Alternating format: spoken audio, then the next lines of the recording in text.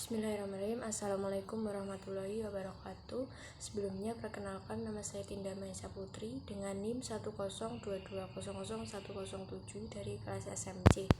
Di sini saya akan sedikit menjelaskan tentang pinjaman online atau pinjol dari mata kuliah Hukum Ekonomi. Pinjaman online atau pinjol, maraknya penggunaan pinjol di Indonesia adalah imbas dari perkembangan teknologi yang kian pesat. Tak perlu datang ke bank dengan memberikan jaminan surat berharga, hanya bermodalkan foto KTP atau foto selfie memegang KTP, pencairan dana hanya sekejap saja dilakukan. Karena tergiur dengan proses cepat, tak jarang beberapa orang harus jatuh ke dalam jurang utang yang tiada henti. Pinjaman online atau biasa disebut pinjol merupakan perusahaan atau milik perseorangan yang bergerak di bidang kredit secara online. Ada pinjol yang mengharuskan untuk download aplikasi terlebih dahulu, mengunjungi website melalui media sosial. Juga ada yang hanya mengandalkan komunikasi via chat. Calon peminjam tidak perlu menyertakan surat AC seperti sertifikat tanah, slip gaji, dan barang bernilai jual tinggi lainnya. Perjanjian antar calon peminjam dan pihak pinjol tidak wajib dilakukan dengan tatap muka langsung. Biasanya pinjol meminta nomor kontak orang yang dijadikan penjamin seperti orang tua, pasangan, dan saudara kandung. Tidak ada proses survei untuk menentukan apakah pengajuan pinjaman dinyatakan lolos atau tidak. Kendati sangat memudahkan, beberapa pinjol akan melancarkan berbagai macam cara apabila si peminjam gagal bayar tepat waktu.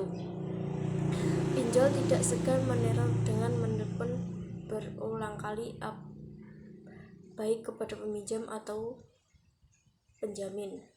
Beberapa di antara mereka tidak sopan dan berbuat fitnah seperti mengumbar aib atau mengedit foto peminjaman menjadi objek pornografi. Dengan bunga yang terkadang tidak masuk akal, seakan peminjam dibuat dengan sengaja agar tidak mampu melunasi utang. Akhirnya, besaran denda semakin menumpuk dan mencekik si peminjam. Sebagian pinjol juga tidak ragu untuk mengirimkan debt collector ke depan rumah dan bertindak kasar. Maka tidak mengherankan jika pinjol juga disandingkan dengan rentenir versi online. Selanjutnya yaitu syarat-syarat pinjaman online. Syarat-syarat pinjaman online ini ada 6. Yang pertama, harus cukup umur. Yang kedua, merupakan warga negara Indonesia. Yang ketiga, memiliki pekerjaan. Yang keempat, data dokumen asli serta lengkap. Yang kelima, memiliki rekening bank. Yang keenam, pinjaman sesuai dengan kemampuan membayar. Jenis-jenis pinjol. Secara garis besar, pinjol memiliki tujuan yang sama, yakni meminjamkan uang kepada klien.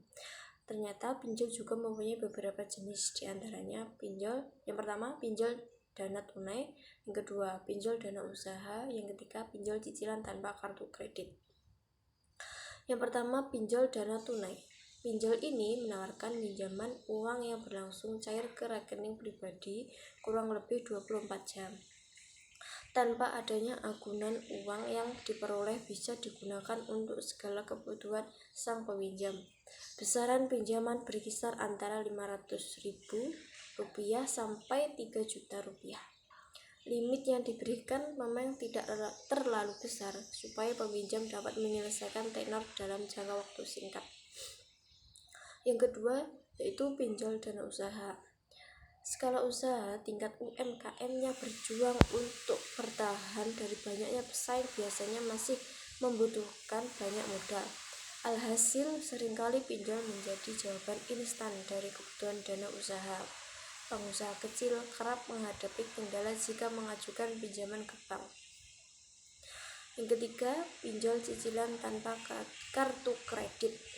Pinjaman ini dikhususkan untuk membeli barang elektronik seperti laptop dan smartphone atau komputer dan lain-lain. Masyarakat yang tidak mempunyai kartu kredit akan merasa terbantu dengan adanya jenis pinjaman ini. Selanjutnya yaitu perbedaan pinjol legal dan ilegal. Untuk membedakan pinjol resmi dan tidak resmi bukan perkara sulit, asalkan calon peminjam melakukan pengecekan dan menimbang-nimbang secara seksama.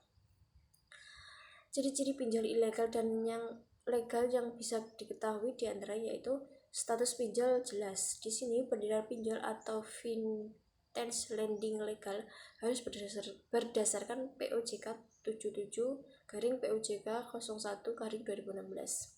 Sementara pinjol ilegal akan menjadi sasaran empuk Kominfo, Direktorat Cybercrime Polri dan SWI atau Satgas Waspada Investasi.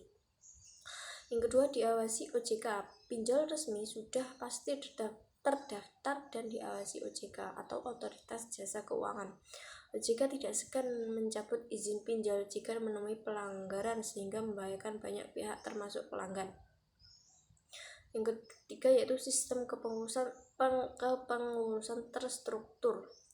Pinjol berizin dan terdaftar OJK tentunya tidak memiliki direksi dan komisaris. Setidaknya mereka diwajibkan berpengalaman 1 tahun di level manajerial industri jasa keuangan, sehingga sebelum menyelenggarakan pinjaman online mereka tersertifikasi untuk mengelola bisnis. Yang keempat yaitu keberadaan kantor yang mudah diakses. Pinjol ilegal biasanya menyewa gedung yang jauh dari pengetahuan masyarakat luas supaya tidak diendus oleh pihak yang berwajib. Sementara lokasi kantor pinjol terdaftar dapat dengan mudah ditelusuri di internet. Yang dokumen persyaratan. Pinjaman ilegal tidak meminta dokumen penting untuk meminjam, sedangkan pinjol legal sedikit lebih ketat dengan mengadakan credit scoring untuk menentukan kemampuan finansial calon klien. Selanjutnya, besaran bunga dan denda transparan. AFPI atau Asosiasi Finansial Pendanaan Bersama Indonesia mengeluarkan aturan terkait persentase bunga yang boleh dibebankan oleh pinjol kepada nasabah. Berada di bawah naungan OJK yang mewadahi pelaku usaha pertoper atau P2P. Selanjutnya, cara penagihan sesuai SOP. Untuk menjadi seorang debt collector tidaklah sembarangan. Tenaga penagih harus mempunyai kompetensi dan sertifikasi yang diterbitkan AFPI. Mereka harus menjalankan tugas dengan mempertimbangkan kode etik seperti bersikap manusiawi, sopan, tidak mengancam, dan tidak bertentangan dengan hukum. Selanjutnya yaitu privasi data pribadi. Lembaga pinjol selalu mengedepankan aspek kenyamanan dan perlindungan konsumen. Selanjutnya yaitu kekurangan dan kelebihan pinjol. Kelebihan dari pinjol yaitu teknologi memang membuat semua aktivitas masyarakat jadi semakin mudah, termasuk dalam hal meminjam uang. Salah satu keuntungan terbesar dari pinjaman online adalah prosesnya dapat dilakukan dengan mudah, sebab hanya perlu mengajukan pinjaman kepada vintage lending melalui aplikasi atau website. Hal ini tentu memudahkan masyarakat karena tidak perlu mendatangi lokasi penyedia layanan tersebut. Kekurangannya yaitu pinjaman online juga tidak terlepas dari kekurangan ataupun resiko yang didapatkan oleh peminjamnya. Kekurangan yang cukup memberatkan peminjamnya adalah dari segi bunga. Dilansir dari CNBC Indonesia, bunga pinjaman online cukup tinggi mencapai 1% per hari. Jadi apabila dihitung dalam sebulan, bunga yang harus dibayar sebesar 30% itu merupakan jumlah yang cukup besar. Selain itu, masa tenornya juga terbilang tidak terlalu lama. Biasanya masa tenor yang ditawarkan mulai dari 10 hari sampai 180 hari. Sekian, terima kasih. Apabila ada salahnya saya mohon maaf. Wassalamualaikum warahmatullahi wabarakatuh.